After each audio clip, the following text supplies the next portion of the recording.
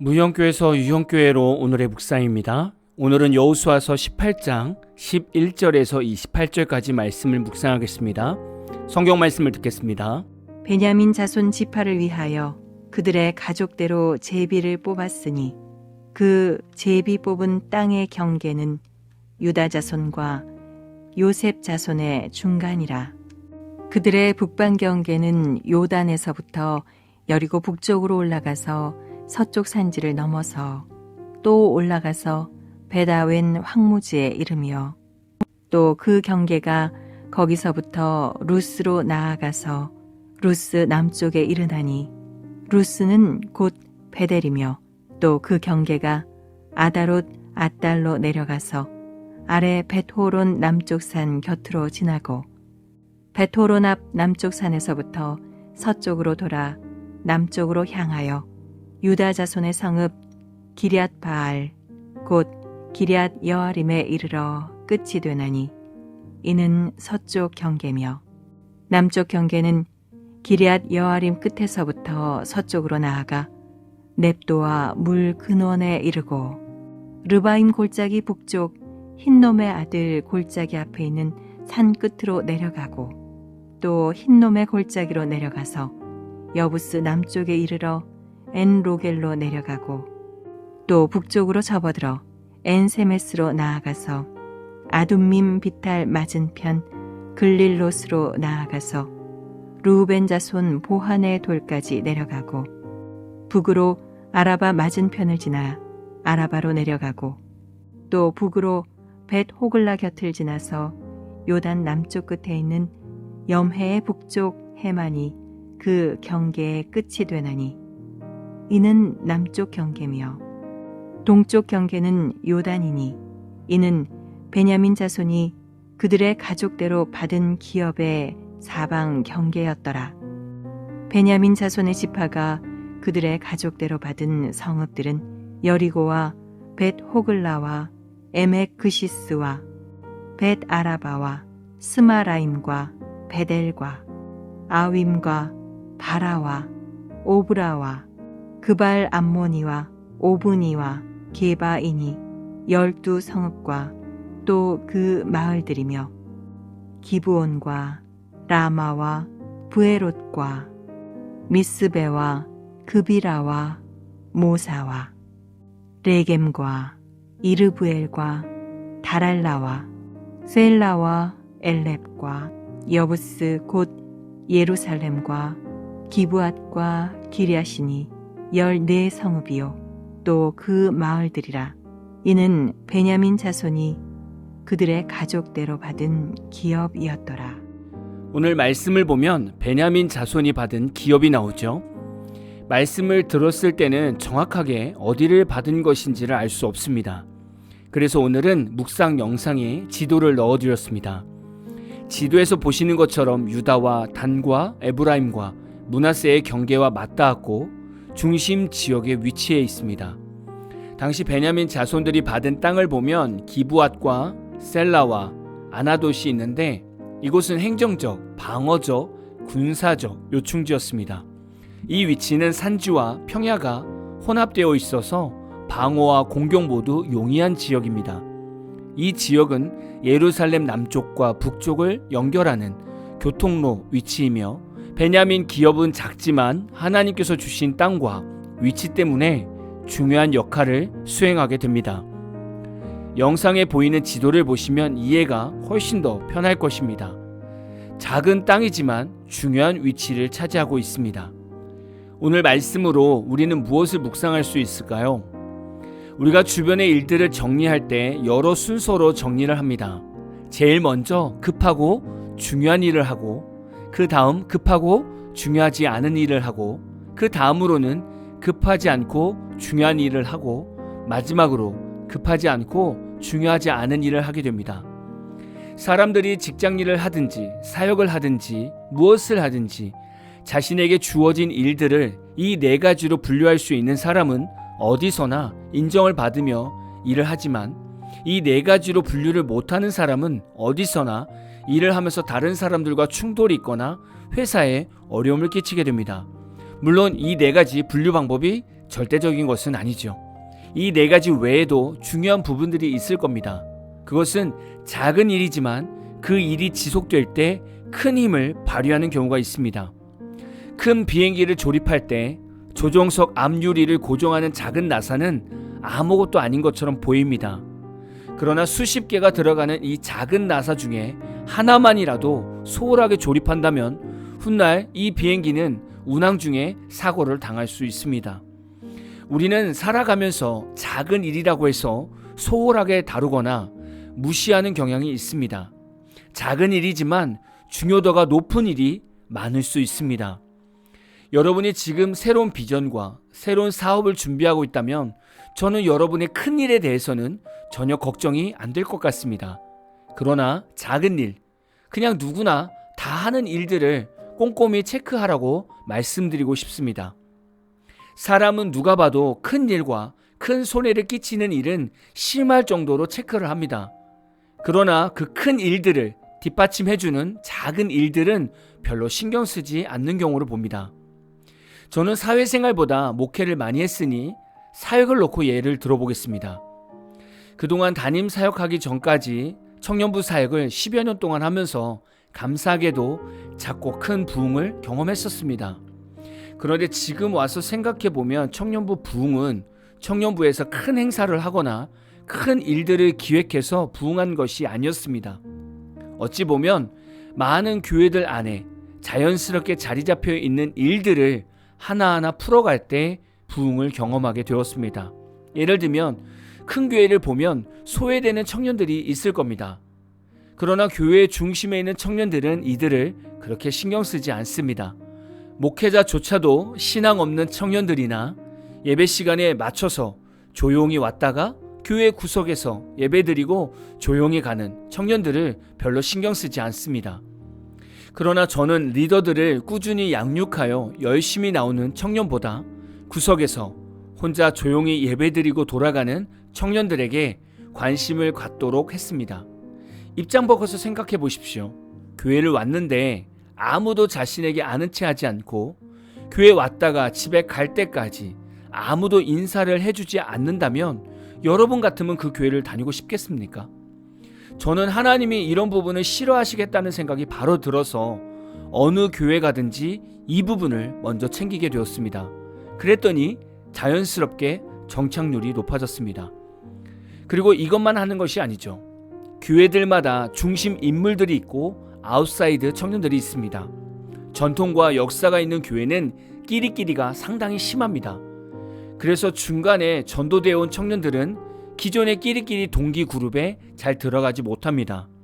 저는 욕먹을 각오하고 청년부 중심에 있는 청년들의 끼리끼리를 와해시키고 다른 사람들을 챙길 수 있게 교육을 했습니다. 교회에서만큼은 서로 친한 사람과 예배드리지 말고 자신에게 편성된 세런들과 예배를 드리겠습니다. 그리고 간혹 친한 청년들끼리만 동아리 활동을 하려고 허락받으러 오면 소외되는 청년들과 함께하는 조건으로 허락해 주기도 했고, 어떤 청년 동기들은 친한 동기끼리만 단체 사진을 찍어서 달력을 만들기도 했습니다. 저는 이런 얘기를 들으면 아웃사이드에 있는 동기들과 함께 찍을 거 아니면 교회 공동체 안에서 이런 모임을 하지 말라고 권면했습니다. 감사하게도 이들이 제 말에 순종해 주었습니다. 이렇게 하다 보니 교회 중심에 있는 청년들이 자연스럽게 친하지 않고 새로운 동기들에게 손을 내밀게 되었습니다. 그래서 또 자연스럽게 정착률이 높아져서 부흥을 하게 되었습니다. 마지막으로 청년부로 올라오는 새내기 청년들을 초반에 친해져서 많은 학생들이 청년부에 정착할 수 있도록 노력했었습니다. 이것은 선배 리더들의 희생이 필요한 부분입니다. 리더들이 새내기 청년들과 시간을 보내고 함께 어울리는 시간을 갖고 새내기가 올라온 겨울방학 때 동계 수련회를 갈 수 있도록 최대한 권면하여 함께 했었습니다. 이렇게 하다 보니 자연스럽게 새내기들의 정착률이 높아졌고, 그러다 보니 청년부 부흥은 자연스럽게 일어나게 되었고 우리 안에 하나님의 사랑이 드러나게 되었습니다. 사실 앞에서 말씀드린 사역들은 목회자라면 이론적으로 다 아는 내용입니다. 그러나 또한 너무 잘 알기 때문에 간과하여 내버려 두는 경우도 있고, 목회자가 욕먹기 싫어서 방치하는 경우도 있습니다. 어쩌면 교회 전체적으로 봤을 때 앞에 제가 말씀드린 예들은 작은 일들입니다. 그러나 이런 작은 일들을 해결해 나가지 않으면 결국 그 공동체는 사랑이 없어지고, 사랑이 사라지는 공동체는 결국 공동체 전체가 무너지게 되는 큰 위기를 맞이할 수 있습니다. 혹시 여러분이 지금 직장에서 일하는 일들이 작은 일이라고 생각하십니까? 그럼 그 일을 회사에서 가장 중요한 일이라 생각하고 최선을 다해 보십시오. 그럼 하나님께서 여러분을 베냐민처럼 작지만 큰 인물로 세우실 것입니다. 혹시 여러분이 지금 교회에서 사역하는 봉사가 작은 일이라고 생각하십니까? 여러분이 있어도 그만, 없어도 그만인 사역을 하신다고 생각하십니까? 그럼 그 일을 비행기 조종석 앞 유리 고정 나사라고 생각하고 1년 52주를 빠지지 말고 최선을 다해 감당해 보십시오. 그럼 하나님께서 여러분을 가장 존귀한 자로 세우실 것입니다. 여러분은 결코 작은 자가 아닙니다. 여러분은 작지만 크신 하나님의 일을 감당하는 용사입니다. 한 주간도 수고 많으셨습니다. 피곤한 한 주를 주말을 통해서 주 안에서 온전히 회복하시고 다음 주를 위해 다시금 무장하는 멋진 주의 용사가 다 되시기를 진심으로 축복합니다. 오늘 마무리 찬양은 동의아 CCM의 작지만 귀한 믿음이라는 찬양입니다. 찬양 후에는 잔잔한 연주곡이 있습니다. 말씀을 생각하면서 기도하는 시간을 가져보십시오.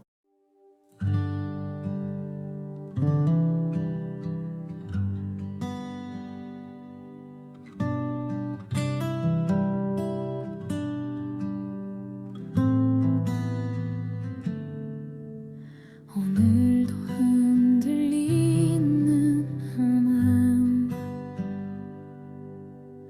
조용히 주 앞에 앉아요.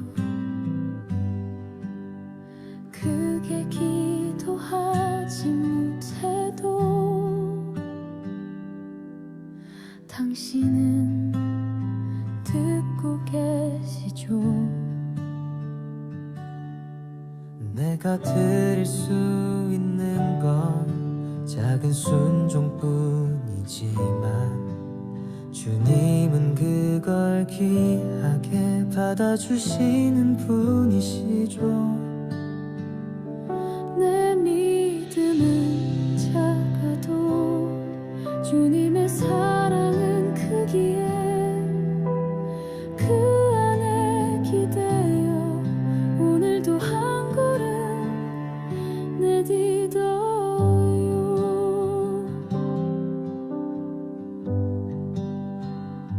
작지만 귀한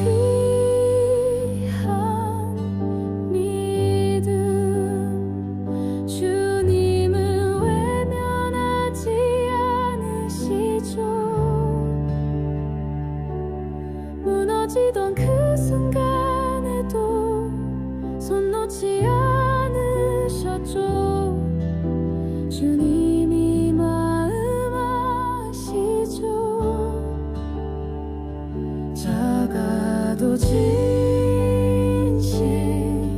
진실인 걸 오늘도 주님 안에서 믿음으로 살아갑니다. 사람들 눈에 작아 보여도 주님 눈엔 귀하죠. 눈물 속에 기도 하나도 놓치지 않으시죠. 화려한 말보다 주님 바라보는 눈, 그 시선 하나로도 주님은 일하시죠. 내가 보